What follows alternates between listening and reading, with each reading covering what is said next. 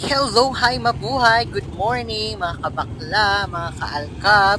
So, samahan niyo po ako sa aking video, A Day of My Life as a small content creator, as a gay basketball player. So, nag-start ang aking araw at 4:30 a.m. Nasa biyahe na ako niyan. And then 4:40 is nasa jeep.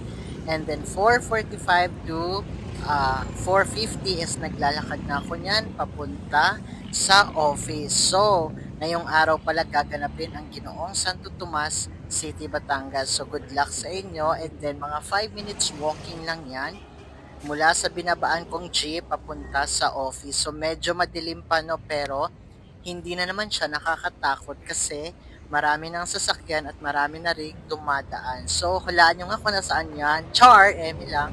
So dyan lang yan sa paligid. So dito guys is nasa office na ako niyan. So actually we're hiring. So kung gusto nyo mag-apply, go.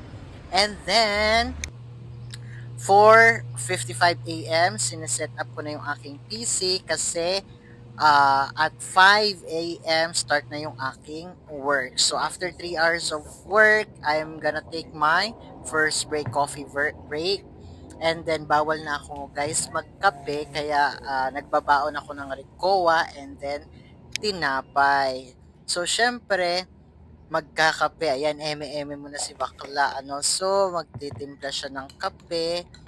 And then, guys, libre yung coffee namin dyan, no? Napakabait naman ng owner ng aming company. So, ayan. So, eme-eme lang si bakla. Kuha ng asukal, 1 and 2 scoop of sugar.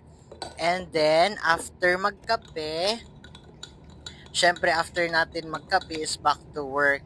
So, mag-start yung aking work dyan is, mag-start na ng aking work dyan ng 9 a.m. So, ayan guys, no.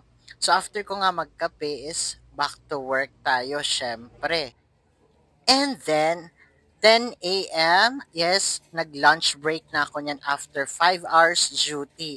So, ayun guys, no, kumain na ako dyan ng tanghalian at 11 a.m., kailangan na ulit bumalik sa work. So, mabilisan lang natin, kumain dyan, tapos nakipagchikahan ako sa workmate ko. And then, after dyan, is syempre, kailangan natin mag-toothbrush. And then, yan ay mga 10:30 a.m. So, syempre, no, ang tagal natin mag-toothbrush kasi ang hirap naman kapag may braces, ang daming sumasabit, di ba? So, syempre, hindi po pwede na toothbrush lang, kailangan din natin mag-scraper. Alright, so after 11 a.m., back to work na si Bading, back to work hanggang 2 p.m. So, ayan, at 2 p.m., out na ako niyan sa work. So, naglalakad ako papunta sa Mercury kasi bibili ako ng aking skincare.